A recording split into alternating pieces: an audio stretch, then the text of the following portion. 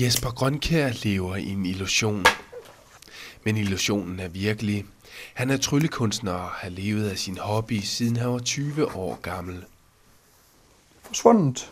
Jamen, det er klart, at jeg er en af de få tryllekunstnere i Danmark, der lever af det. Og jeg har gjort det i 17 år, og jeg har omkring 250 forestillinger om året. Så jeg vil jo rigtig gerne bilde folk ind, at det også er en af Danmarks bedste.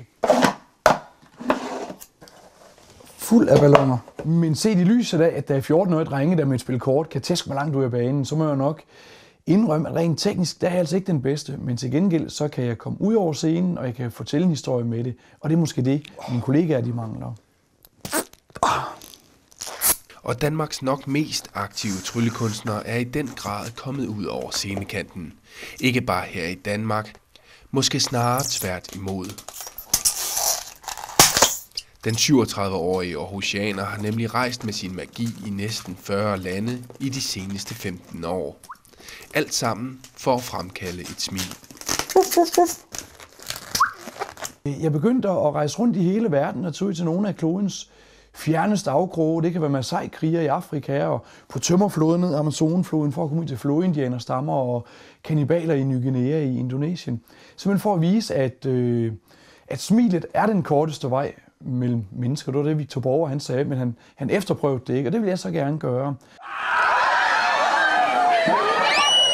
Jamen, jeg synes jo, det er fascinerende og fantastisk, at nu på min sidste rejse, der stod jeg for eksempel i Himalaya i et kloster optrådt for munke om mandagen, og de skraldgrinede.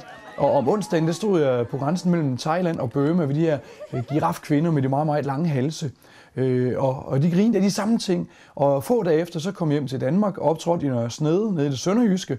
Og der grinede folk af de samme ting igen. Så det er da fantastisk og fascinerende, at med en rette portion humor, så kan du få befolkningsgrupper, der lever så uendelig fjernt fra hinanden, til at grine af de samme ting. Den store rejseaktivitet har allerede givet udslag i en bog og en DVD, men derudover er han blevet optaget i Eventyrernes Klub. En klub, hvor man kun bliver optaget, hvis man har haft usædvanlige oplevelser under usædvanlige forhold, og hvis man fortsat opsøger eventyret. Så dig, der tager min i stedet for. Så det, at de har spurgt om jeg vil være en del af deres lille forsamling på omkring 100 mennesker. Blandt der er forskere, der er ambassadører, der er globetrotter, det er meget sjove mennesker. Det er klart, det er der stolt over, og det er da rart at få noget anerkendelse for det arbejde, man laver. Jesper Grønkjær er for nylig blevet far, men selvom han netop har oplevet livets mirakel, så er han ikke færdig med at udfordre sig selv. Ja. Verden er nu stadigvæk stor, og der er stadigvæk mange steder at rejse ind, så må ikke jeg bliver ved i mange år endnu. Så vi kan roligt regne med, at Jesper Grønkjær også i fremtiden vil frembringe smil over hele verden. Magi eller ej.